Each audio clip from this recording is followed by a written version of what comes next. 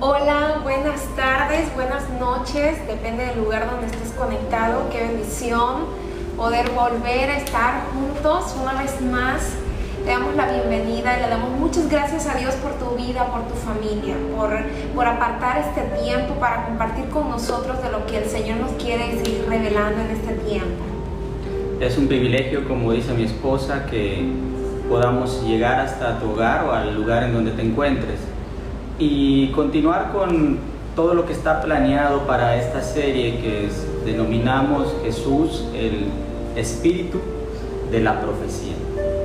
El día de ayer estuvimos compartiendo un poco y fue la primera sesión de esta serie y básicamente empezamos hablando de lo que dice Apocalipsis 19:10 sobre que nos dejaba ver que todo el testimonio de Jesús es el espíritu de la profecía.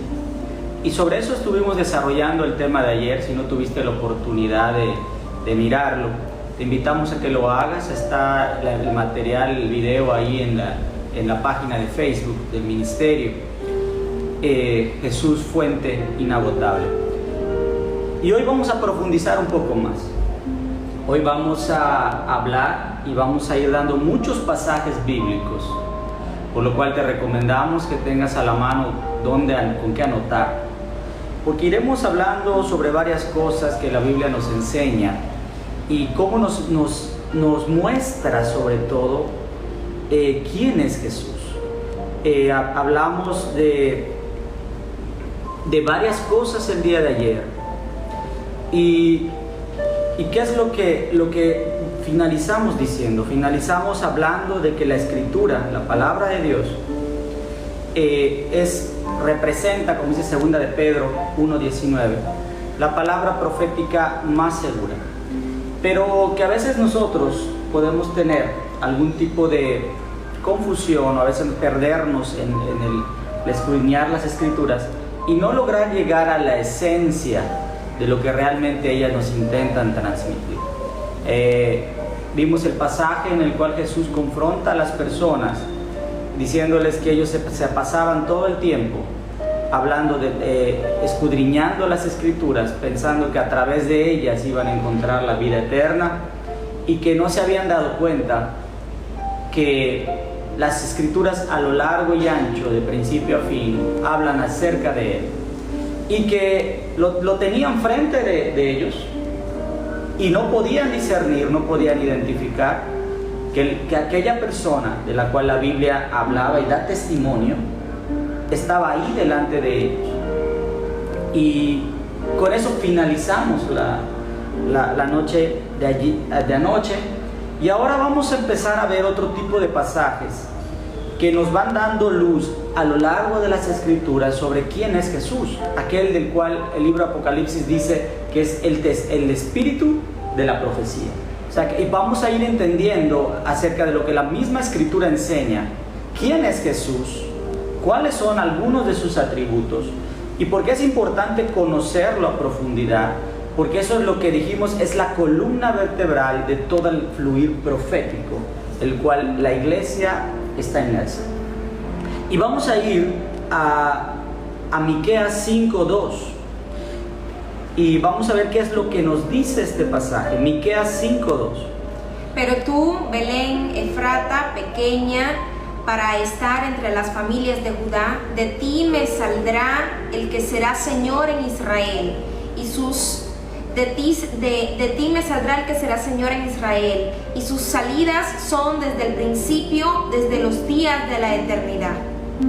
Qué cosa tan interesante lo que dice esto, y habla y nos muestra un atributo de Jesús, nos muestra la eternidad del Hijo de Dios. Nos dice de qué lugar es el cual él iba a provenir físicamente. Hablaremos de eso más adelante. Pero sobre todo nos dice que las salidas son desde el principio, desde los días de la eternidad. Para nosotros comprender un poco más acerca de quién es Jesús, aquel que sustenta la profecía, tenemos que entender que Él es Dios, es Hijo de Dios, pero Él es un ser eterno. No hay un principio, no hay un fin en la persona de Jesús. Él está a lo largo y a lo ancho de todo y estará por siempre. Pues sus salidas son desde el principio. ¿El principio de qué? No podemos hablar de un principio en la eternidad, pero sí en la cuestión del tiempo físico en el cual nosotros vivimos. Desde el principio del tiempo que nosotros conocemos, Jesús está, pero en el ámbito eterno Jesús permanece. Y eso es una de las cosas que debemos comprender de Él. Y esto se complementa con lo que nos dice otro pasaje que está en Juan 8:58. Juan 8:58 nos dice lo siguiente.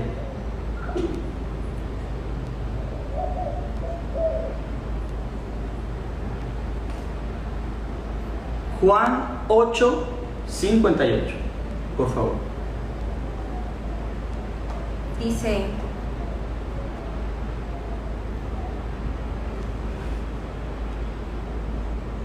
Jesús les dijo: de cierto os digo, antes que Abraham fuese, yo soy. Fíjense qué importante es la correlación de lo que dice el libro de Miqueas, que citamos, con lo que dice ahora este pasaje del Nuevo Testamento. Nos deja entrever y confirma lo que se dijo de Jesús tiempo atrás, lo que se profetizó de Jesús. Estamos viendo que Miqueas, un profeta, profetiza sobre Jesús y dice que él vendrá de la ciudad de Belén y que no tiene un principio exacto, no tiene un principio ni tampoco tiene un fin, sino que tiene una naturaleza de ser un eterno. Y esto lo vemos complementado en el libro de Juan, si lo podemos repetir de nuevo. Dice: Jesús les dijo: de cierto os digo, antes que Abraham fuese, yo soy. Excelente.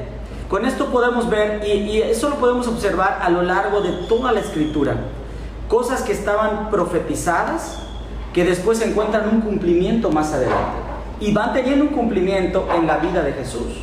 Se anunciaba su venida, se anuncia una de sus características, y luego se confirma esa característica y ese suceso a través de otro pasaje más adelante.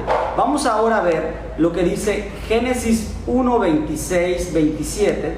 Entonces dijo Dios: hagamos al hombre a nuestra imagen, conforme a nuestra semejanza, y señoree en los peces del mar, en las aves de los cielos, en las bestias, en toda la tierra y en todo animal que se arrastra sobre la tierra. Y creó Dios al hombre a su imagen, a imagen de Dios lo creó, varón y hembra los creó.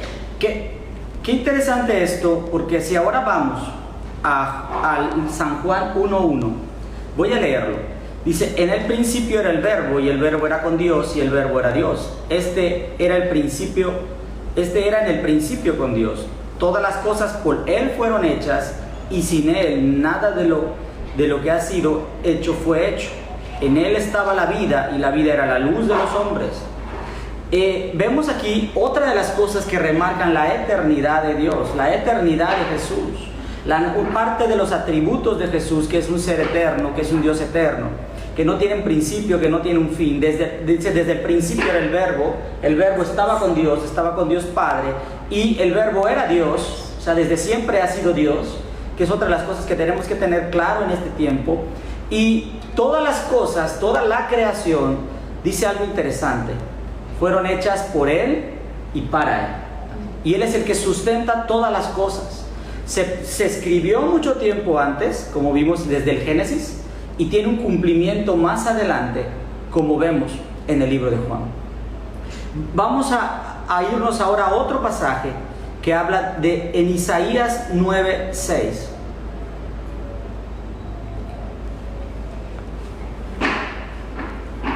Porque un niño nos es nacido, hijo nos es dado, y el principado sobre su hombro, y se llamará su nombre Admirable, Consejero, Dios fuerte, Padre eterno, Príncipe de paz. Y quiero llevarte ahora a Juan 1:14, que nos da algo que complementa lo que leímos, que precisamente fue profetizado por Isaías. Profetizaba la venida en carne de Jesús a este mundo. profetizaba algo que iba a ocurrir en su persona y que iba a cambiar por siempre la historia de la humanidad. Y dice Juan 1:14, y aquel verbo del que hablamos en las citas anteriores fue hecho carne, el que en principio era con Dios, el que era Dios fue hecho carne. Y dice, y habitó entre nosotros, y vimos su gloria, gloria como la del unigénito del Padre, lleno de gracia y de verdad. Y dice, Juan dio testimonio de él y clamó diciendo, este es de quien yo decía, el que viene después de mí es antes de mí, porque era primero que yo. Vemos entonces aquí el cumplimiento de parte de las cosas que se hablaron sobre la figura de Jesús. Se había hablado que Él iba a venir en carne a este mundo. Y lo vimos cuando leímos la parte de Isaías. Y vemos el cumplimiento en el libro de Juan. Se cumple en la persona de Jesús, el que Él siendo Dios, el que Él siendo desde siempre, desde el inicio de la creación, y siendo por Él y para Él toda la creación, entonces Él viene y habita en medio de nosotros, y ese verbo, ese Dios, se vuelve físicamente carne, y pudimos contemplar su gloria, dice. Y dice que Juan es el que daba testimonio de Él. Y es precisamente de lo que hemos estado hablando, sobre el testimonio de Jesús, la importancia de saber quién es Jesús, cuáles son sus cualidades, cuáles son sus virtudes, cuáles son sus atributos, porque en la medida en la cual conozcamos quién es y conozcamos lo que está escrito y profetizado que ocurrirá y se cumplirá en su persona, podemos todavía ser más entendidos de los tiempos que nos tocan vivir. Vamos a buscar ahora el Salmos 2:7.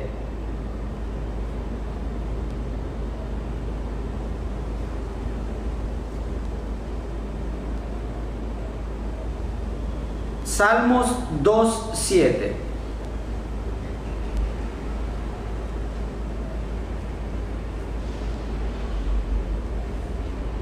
Ok.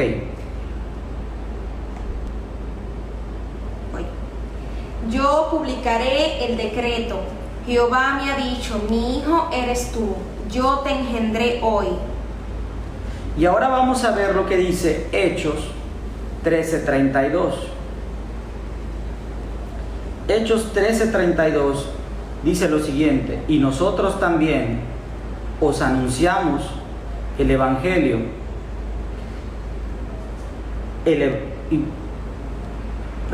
y nosotros también os anunciamos el Evangelio de aquella promesa hecha a nuestros padres, la cual Dios ha cumplido a los hijos de ellos, a nosotros, resucitando a Jesús, como está escrito también en el Salmo 2, que es el que se acaba de leer. Mi hijo eres tú, yo te he engendrado hoy. Fíjense aquello que se profetiza a través de un salmo, el Salmo 2, porque veíamos en la Biblia que cuando Jesús se le apareció a sus discípulos después de haber resucitado, les dijo que era necesario que se cumpliese lo que estaba escrito de él, tanto en la ley de Moisés, como en los profetas, como en los salmos.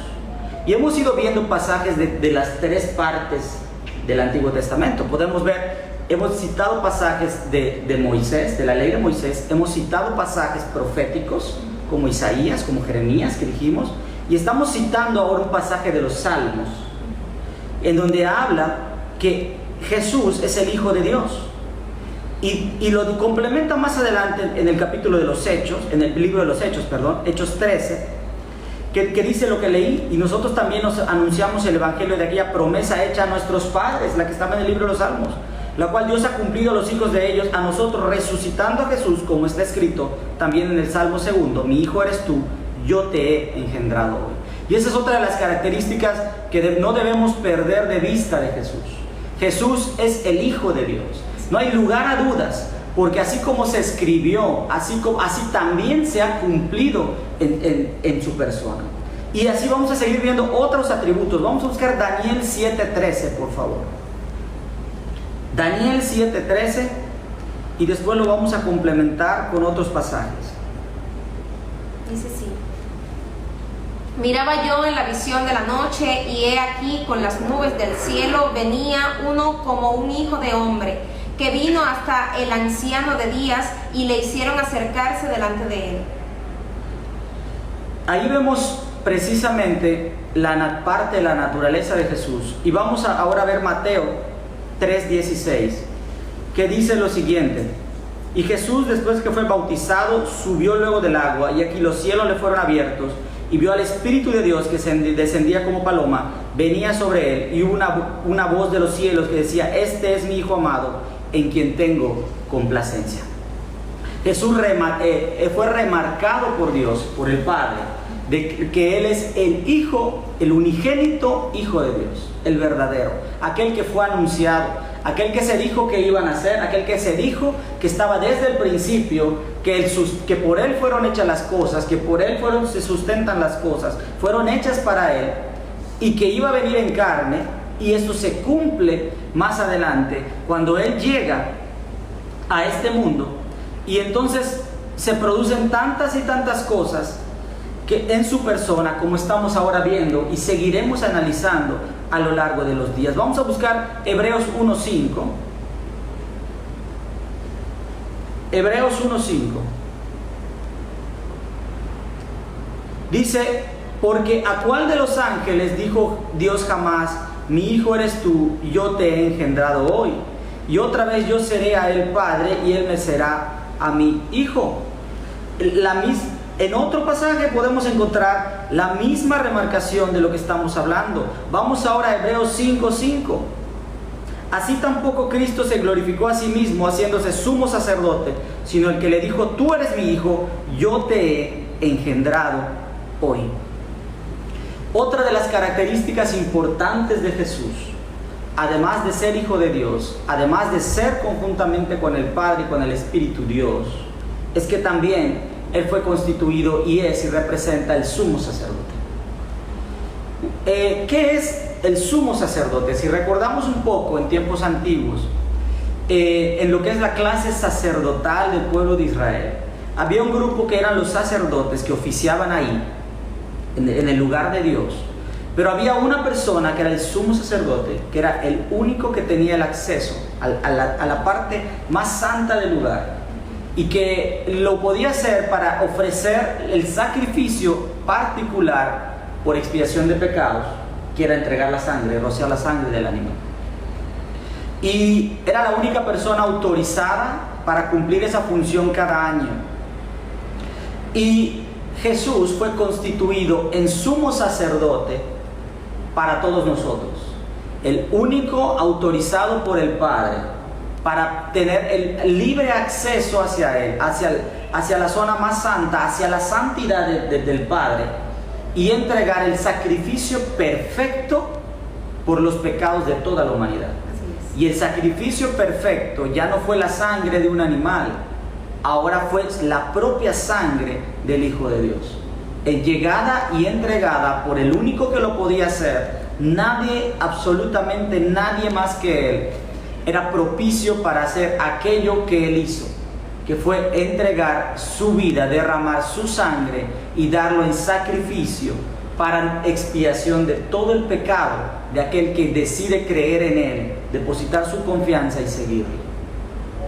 Y qué importante también es para nosotros que cuando estamos inmersos en la cuestión profética, cuando nos interesa entender sobre la cuestión profética, estas bases que ahora estamos viendo estén total y absolutamente afirmadas en nuestro corazón. Porque de esa manera podremos entender que todo el alineamiento profético es acerca de Jesús. Y todo tendrá que seguir esa línea. Y en la medida en la que nosotros más conozcamos de Jesús, sobre quién es Él, sobre cuáles son las cualidades, cuáles son sus funciones, qué es lo que está escrito acerca de Él, cómo la propia palabra de Dios, inspirada por Dios, como vimos ayer, habla y así testifica de Él. En la medida en la que nosotros más conozcamos de eso, más podremos entender acerca de lo que está escrito en las cuestiones proféticas y acerca de todo el fluir profético, y podremos discernir de una manera mucho más correcta, de una manera mucho más exacta, cuando una profecía proviene de Dios y cuando una palabra no proviene de Él, porque todo debe estar alineado, como estamos viendo. Busquemos ahora otro, busquemos el Salmos 109.1. Salmos 109.1. 1. Dice: oh Dios de mi alabanza, no calles, porque boca de impío y boca de engañador se han abierto contra mí. Han hablado de mí con lengua mentirosa. Ok, vamos ahora a ver Hechos 2:33. Allí en ese salmo nos deja ver algo que iba a pasar sobre la vida de Jesús. Y eso es que iba a ser calumniado, se iba a hablar mal de él, se iban a decir cosas que fueron mentiras. Y eso que se profetizó que iba a ocurrir, ocurre más adelante, cuando él es enjuiciado, cuando él es capturado, cuando él es acusado injustamente, cuando él es juzgado.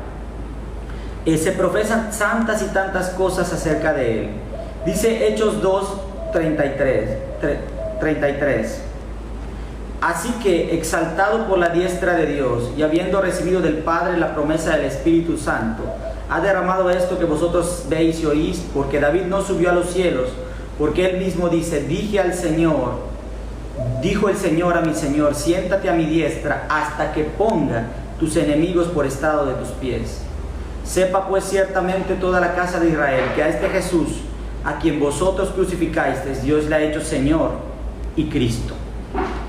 Lo que se escribió acerca de él, lo que fue establecido que iba a ocurrir en su vida aquí en esta tierra, en su ministerio, en su andar como hombre, ocurrió más adelante.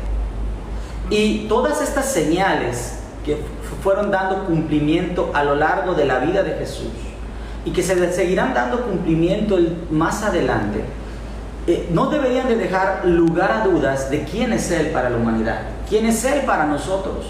Sin embargo, el entendimiento de las personas a veces está tan cegado, a veces la humanidad está tan inmiscuida en otro tipo de asuntos que no logran entender los tiempos que vivimos y el porqué de ciertas cosas, y eso nos lleva a veces a interpretar indebidamente y actuar indebidamente.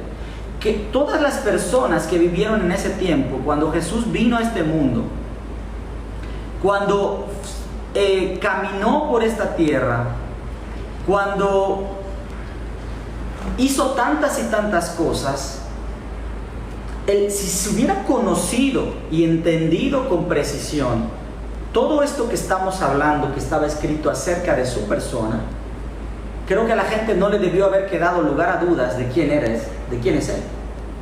Sin embargo, la falta de conocimiento, la falta de entendimiento o la falta de revelación de parte de Dios no permitió que, aún teniendo un cumplimiento exacto enfrente de ellos, pudieran discernir quién es Jesús. Y busquemos ahora Génesis 49:10. Dice: no será quitado el cetro de Judá, ni el legislador de entre sus pies, hasta que venga Silo, y a él se congregarán los pueblos. Y busquemos ahora Jeremías 23:5.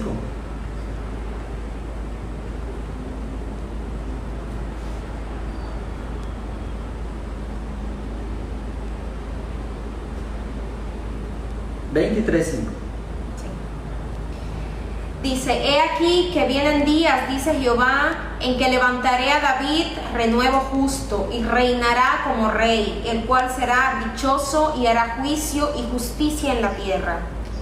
Vemos ahí que estaba profetizado que Jesús iba a venir de una genealogía, iba a traer una línea, digamos, ascendente de la cual él provenía físicamente hablando, y esa línea estaba establecida que iba a ser a través de la línea, digamos, de David.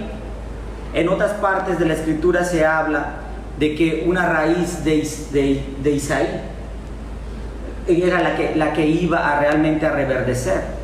y habla precisamente del padre de David, de toda esa genealogía. Si vemos por ejemplo Mateo 1:1, ahí habla de la genealogía de Jesucristo. Dice el libro de la genealogía de Jesucristo, hijo de David, hijo de Abraham. Y ahí viene un pasaje largo y vamos ahora a brincar del mismo, el versículo 6.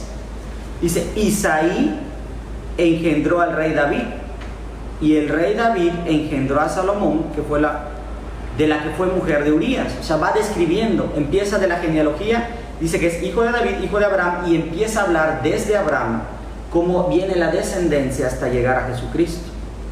Y pasa por David, que es como estaba escrito. Y si nos vamos ahora al versículo 16 y 17, miramos entonces, dice, y Jacob engendró a José, marido de María, de la cual nació Jesús, llamado el Cristo. De manera que todas las generaciones desde Abraham hasta David son 14, desde David hasta la deportación de Babilonia 14, y de la deportación de Babilonia hasta Cristo 14.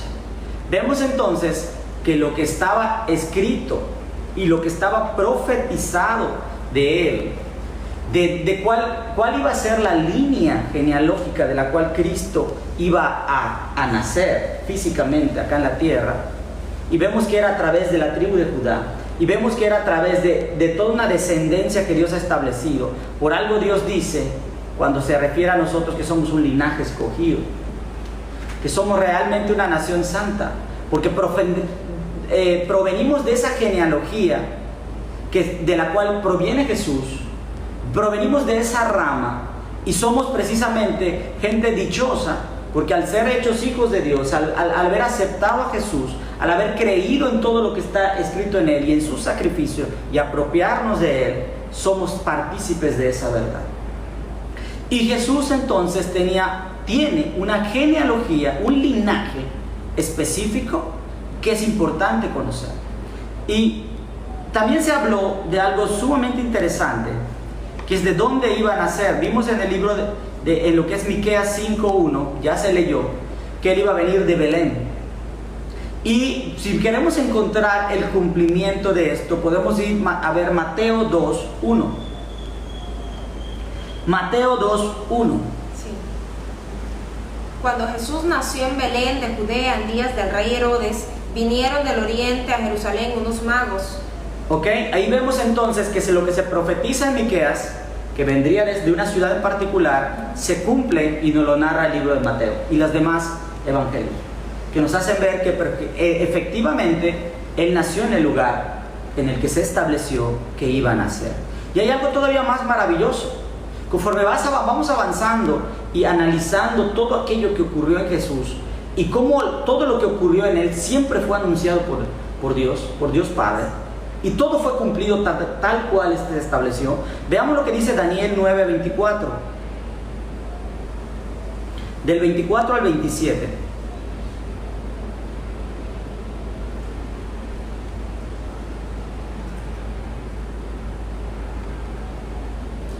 «70 semanas están determinadas sobre tu pueblo y sobre tu santa ciudad, para terminar la prevaricación y poner fin al pecado, y expiar la iniquidad, para traer la justicia perdurable y sellar la visión y la profecía, y ungir al santo de los santos».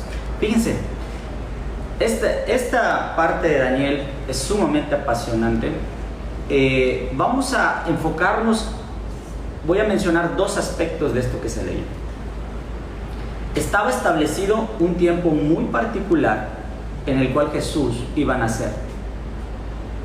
Y estaba establecido también un tiempo muy particular en el cual su vida iba a ser tomada. Si se hubiera conocido y entendido todo esto, con todas las señales de cómo iba a ser concebido, en dónde iba a nacer, el tiempo exacto del nacimiento que estaba escrito, seguramente hubiéramos podido identificarlo, la gente hubiera podido identificarlo. Habla de 70 semanas que están determinadas y habla de un tiempo específico en el cual Jesús nacía, y dice para terminar y para poner fin al pecado y expiar la iniquidad, para tener justicia y sellar la visión y la profecía y ungir al santo de Dios.